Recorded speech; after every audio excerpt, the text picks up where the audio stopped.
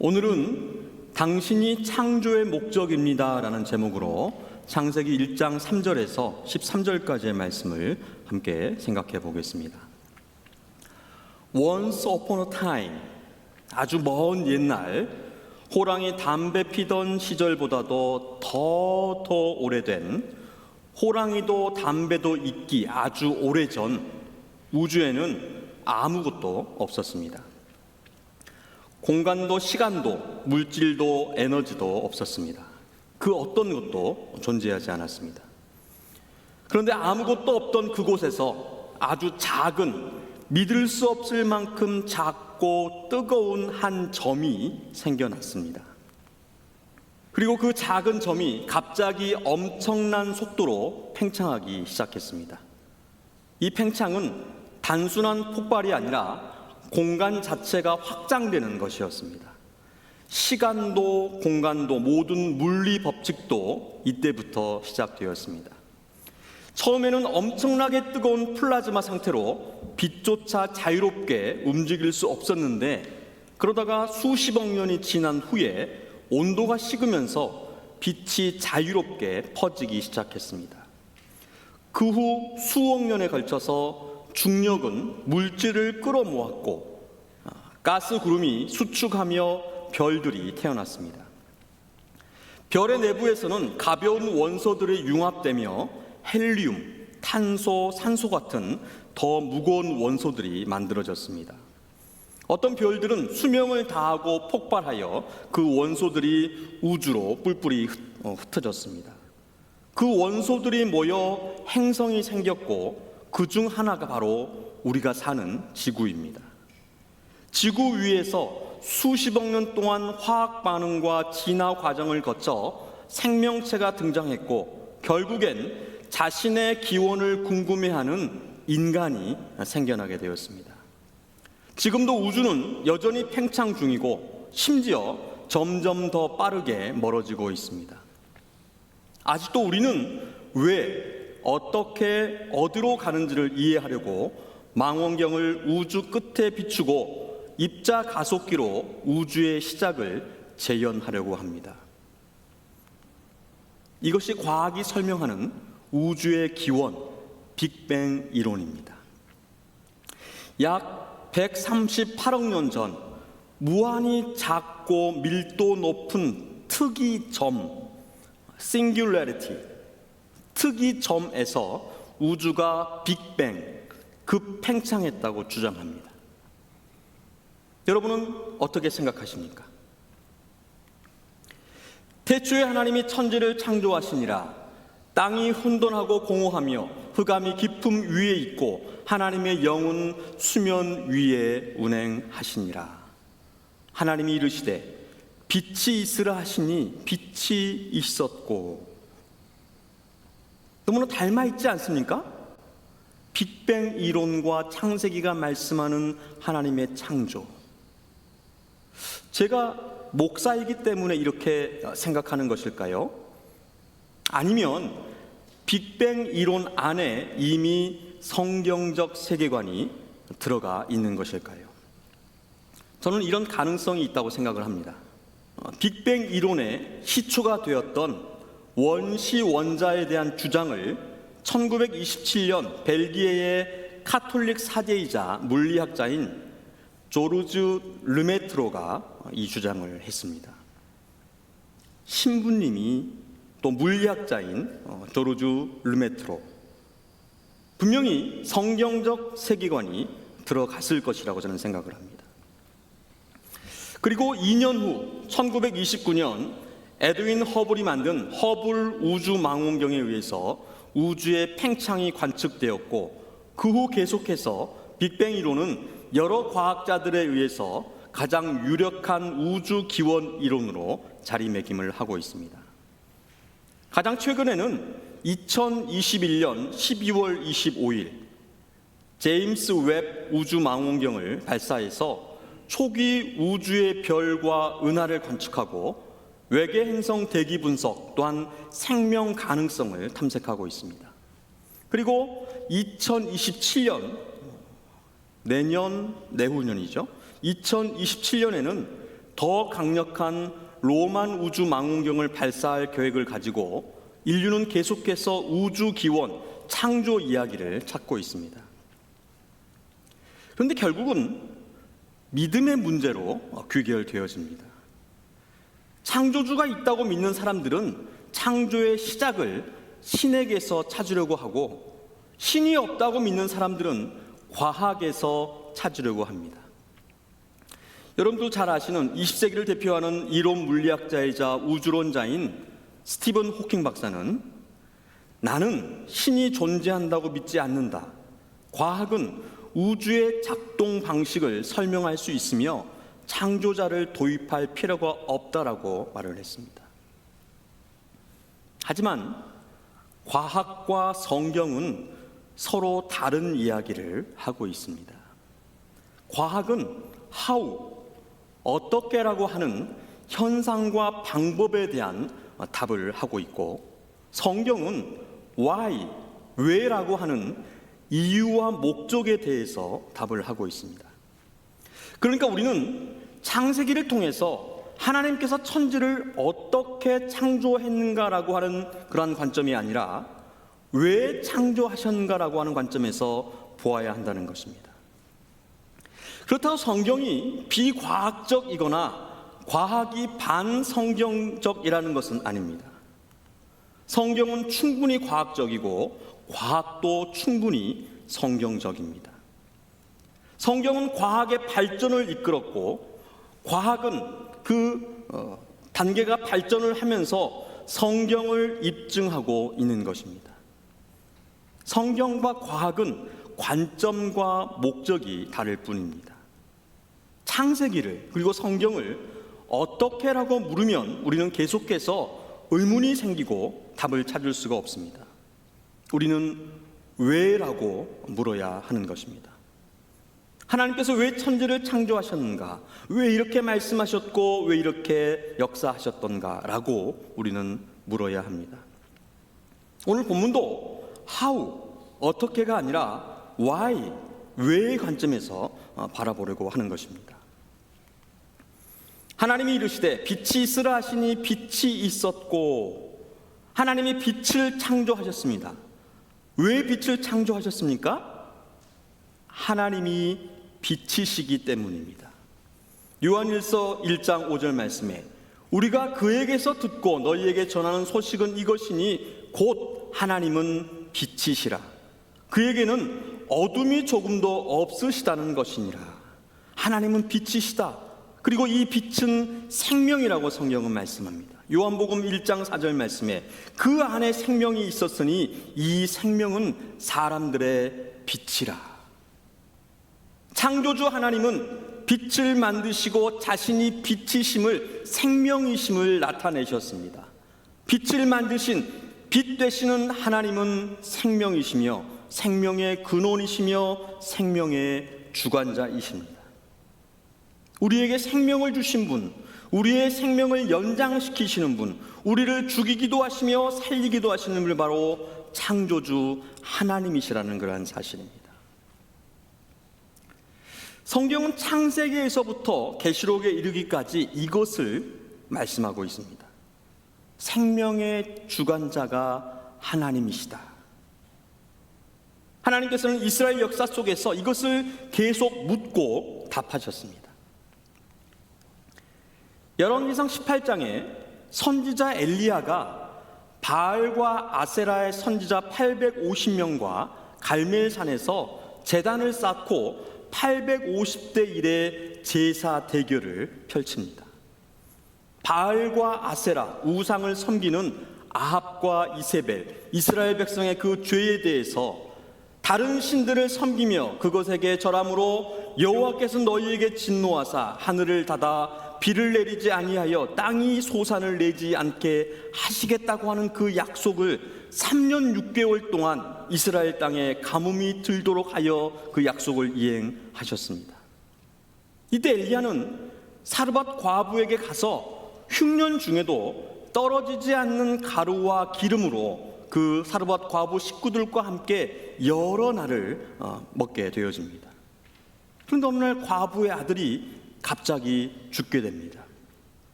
하지만 엘리야는 이 죽은 아들을 살려냅니다.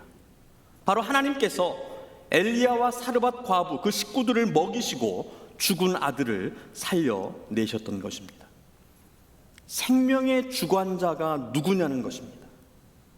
당시 이스라엘은 농경신 바알과 풍요의 신 아세라 우상을 섬겼습니다. 비를 내리는 신이 바알이라고 믿었습니다. 하지만 바알은 3년 6개월 동안 비 한 방울을 내리지 못했습니다. 이제 하나님의 때가 되어서 비를 내리시려고 엘리야를 아합 왕에게 보내십니다. 이에 엘리야는 바알과 아세라 제사장을 다 모으라고 하고 서로 제단을 쌓고 서로의 신을 불러 불로 응답하는 신이 진짜 신 하나님이라고 합니다. 먼저 우상을 섬기는 이방의 선지자들이 별의 별짓을 당합니다. 칼로 몸을 상하게 하여 피가 나게까지 합니다. 하지만 아무런 응답이 없었습니다. 바알과 아세라는 아무것도 하지 못했습니다. 그때 엘리야가 제단에 4통의 물을 붓고 여호와 하나님의 이름을 부르게 됩니다. 그러자 하늘로부터 불이 내려서 물에 흠뻑 젖은 제단을 완전히 불사르게 됩니다. 그리고 엘리야의 기도로 3년 6개월 동안 내리지 않던 이스라엘 땅에 큰 비가 내리게 되어집니다. 누가 진짜 신입니까? 누가 살아있는 신입니까? 바로 엘리야가 부른 여호와 하나님이 살아계신 진짜 신이었던 것입니다. 비를 내리시는 분, 생명을 주관하시는 분, 그분이 바로 살아계신 하나님이시라는 말입니다. 이때 엘리야가 이스라엘 백성에게 외칩니다. 너희가 어느 때까지 둘 사이에서 머뭇하려느냐? 여호와가 만일 하나님이면 그를 따르고 바알이 만일 하나님이면 그를 따를지니라. 여러분, 언제까지 머뭇하시겠습니까? 우리 하나님은 천지를 창조하신, 빛을 만드신 생명이신 생명의 주관자이십니다. 우리의 생명의 빛 되신 창조주 하나님을 믿으시기를 간절히 소원합니다. 하나님께서 지금 우리에게 묻고 계십니다. 누가 생명의 주관자이냐? 누가 죽이기도 하고 살리기도 하느냐고 우리에게 묻고 있습니다. 바로 창조주 하나님, 빛 되신, 빛을 만드신 생명의 하나님이심을 믿고 고백하시기를 간절히 소원합니다. 그런데 이 빛을 말씀으로 창조하셨습니다. 하나님이 이르시되라는 말은 히브리어 원어로 아마르라고 하는 단어가 쓰여집니다. 이 말은 말하다, 명령하다, 허락하다라는 의미가 담겨 있습니다. 빛이 있으라 말씀하셨습니다. 말씀으로 창조하셨습니다. 그 옛날 개역 성경에는 가라사대라는 말로 기록이 되었습니다. 가라사대, 이르시되, 말씀하시되, 하나님께서 말씀하시니 빛이 있으라 하시니 빛이 있었고 그 말씀으로 창조하셨다는 말입니다. 시편 33편 6절에 여호와의 말씀으로 하늘이 지음이 되었으며 그 만상을 그의 입 기운으로 이루었도다. 여호와의 말씀으로 하늘이 지어졌다. 하나님께서는 말씀으로 천지를 창조하셨습니다. 아니, 어떻게 말씀으로 창조하셨지? 이게 뭐라고요?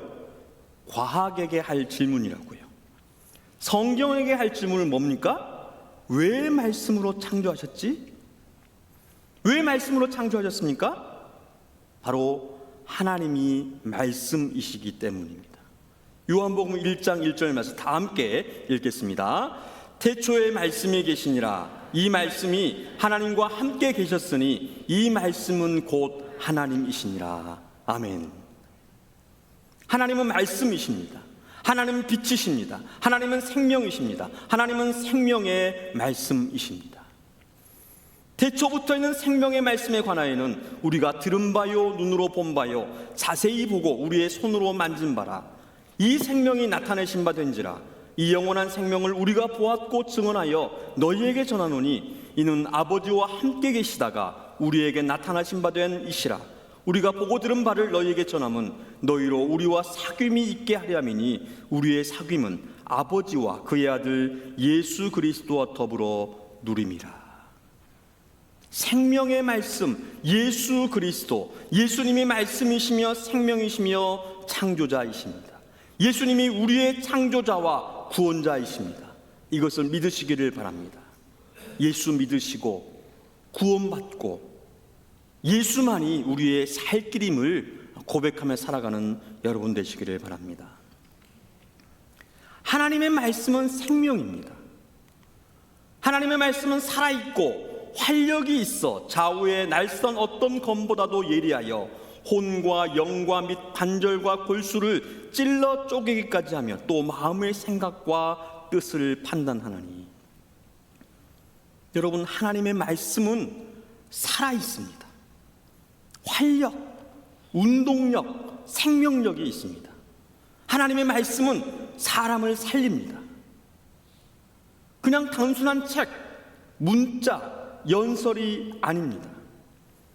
말씀 가운데 그리스도께서 함께 하시고 성령님께서 역사하신다는 말입니다. 여러분은 지금 생명의 말씀을 받고 있습니다. 제가 하고 있는 설교를 듣고 있는 것이 아니라 하나님의 그 말씀의 생명력과 말씀이신 예수 그리스도의 그 구원을, 성령님의 치료와 위로를 받고 계시는 것입니다. 우리는 이것을 믿음으로 받아야 합니다. 또한 여러분들 성경을 읽으시기를 바랍니다. 성경을 가까이 하시기 바랍니다. 천국 가기를 원하십니까? 인생에서 성공하시길 원하십니까? 훌륭한 사람이 되기를 원하십니까? 그러면 반드시 성경을 읽어야 합니다. 성경을 가까이 해야 합니다. 디모데전서 3장 15절로 17절 말씀입니다. 한번 다 함께 읽겠습니다. 또 어려서부터 성경을 알았나니 성경은 능히 너로 하여금 그리스도 예수 안에 있는 믿음으로 말미암아 구원에 이르는 지혜가 있게 하느니라. 모든 성경은 하나님의 감동으로 된 것으로 교훈과 책망과 바르게 함과 의로 교육하게 유익하니 이는 하나님의 사람으로 온전하게 하며 모든 선한 일을 행할 능력을 갖추게 하려 함이라. 아멘. 인생에서 성공하는 것은 하나님의 사람이 되는 것입니다. 이 땅의 가장 훌륭한 사람은 하나님의 사람입니다. 성경을 가까이 하셔서 하나님의 사람이 되시기를 축복합니다. 하나님께서 말씀으로 빛을 창조하셨습니다. 그리고 그 빛을 기뻐하셨습니다. 보시기에 좋았더라. 만족하셨습니다. 하나님께서 기뻐하시고 만족하셨다고 하는 것은 완벽하다는 말입니다. 완전하다는 말입니다. 민수기 23장 19절에 하나님은 사람이 아니시니 거짓말을 하지 않으시고 인생이 아니시니 후회가 없으시도다. 어찌 그 말씀하신 바를 행하지 않으시며 하신 말씀을 실행하지 않으시랴. 우리 하나님은 빈말을 하지 않으십니다. 후회하시지 않으십니다. 말씀하시는 것은 절대 진리이고 진실입니다. 말씀하시면 이루어집니다. 하나님께서 보시기에 좋았더라는 것은 진짜 좋은 것입니다. 흠이 없고 완전한 것입니다. 그 하나님께서 빛을 만드시고 빛과 어둠을 나누셨습니다. 빛을 낮이라 부르시고 어둠을 밤이라고 부르셨습니다. 여러분들은 낮과 밤을 어떻게 구분하십니까?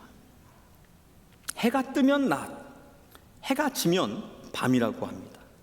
그 기준이 바로 태양입니다. 그리고 우리는 빛의 근원을 태양이라고 생각을 합니다.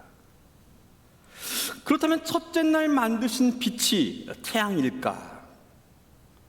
다음 주일에 살펴보겠지만 태양은 넷째 날 만드셨습니다. 창세기 1장 16절에 하나님이 두 큰 광명체를 만드사 큰 광명체로 낮을 주관하게 하시고 작은 광명체로 밤을 주관하게 하시며 또 별들을 만드시고, 큰 광명체가 태양이고 작은 광명체가 달입니다. 오늘 본문에 첫째 날 만드신 빛은 태양빛이 아닙니다. 태양빛 이전의 빛입니다. 하나님은 첫째 날 빛을 만드시고 넷째 날 그 빛을, 첫째 날 만드신 그 빛을 큰 광명체 태양과 작은 광명체 달에 그 빛을 담으셨습니다. 제가 오늘도 설명하고 다음 주에도 말씀드리겠지만 결론부터 말씀을 드리자면 첫째 날, 둘째 날, 셋째 날 창조는 무형의 피조물, 질서, 틀, 경계의 창조입니다. 그리고 넷째 날, 다섯째 날, 여섯째 날의 창조는 유형의 피조물로 무형의 피조물, 그것을 채우셨습니다. 전반기 3일은 질서와 틀, 경계를 창조하시고 후반기 3일은 그 안에 유형의 물체를 넣으셨다는 말입니다. 첫째 날 빛을 창조하시고 빛과 어둠을 나누시고 바로 낮과 밤의 경계, 질서를 만드셨습니다.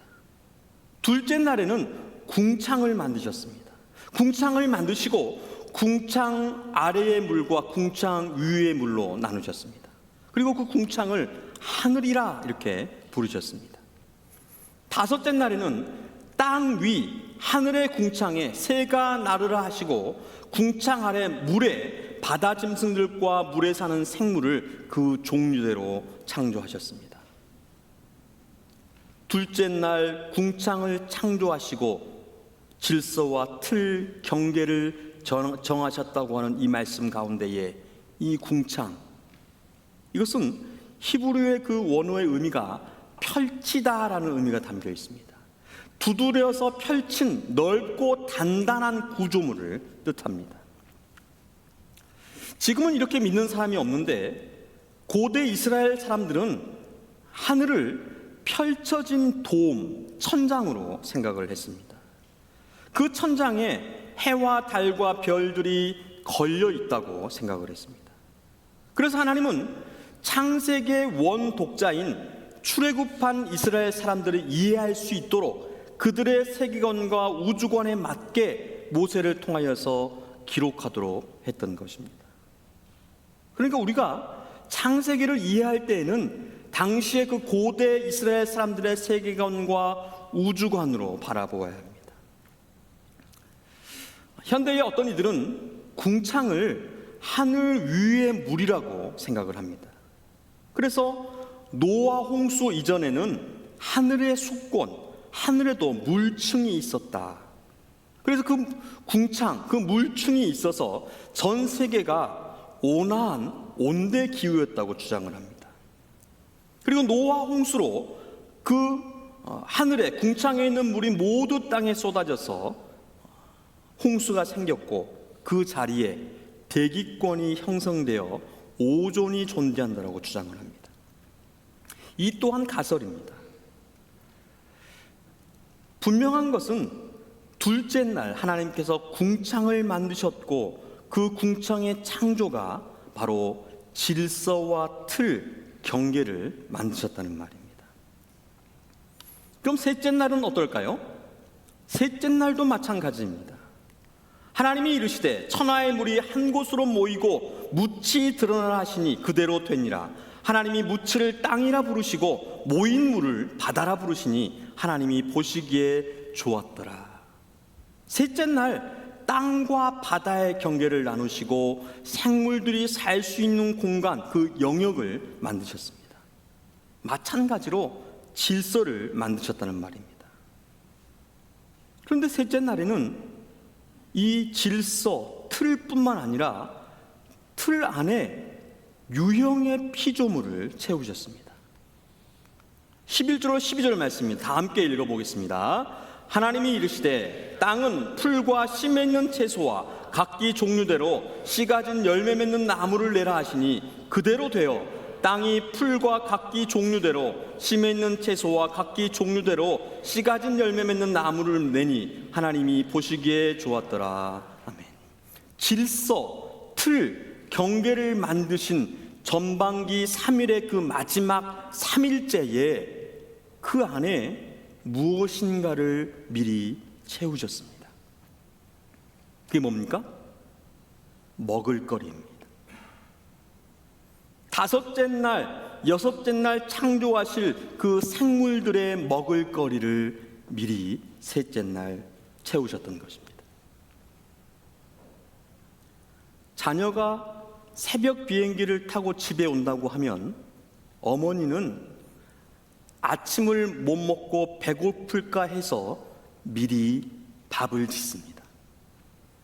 어머니는 다 계획이 있습니다. 왜냐하면 사랑하기 때문입니다. 하나님은 다 계획이 있으십니다. 무한한 지혜와 섭리로 완전하고 완벽하게 창조하시고 다스리시는 하나님이십니다. 실수가 없으신 하나님이십니다. 하나님이 맨 마지막 그 피조물이 뭡니까? 하나님이 창조하신 맨 마지막의 피조물, 바로 사람입니다. 왜 사람을 가장 먼저 창조하지 않으시고 가장 마지막에 창조하셨을까요?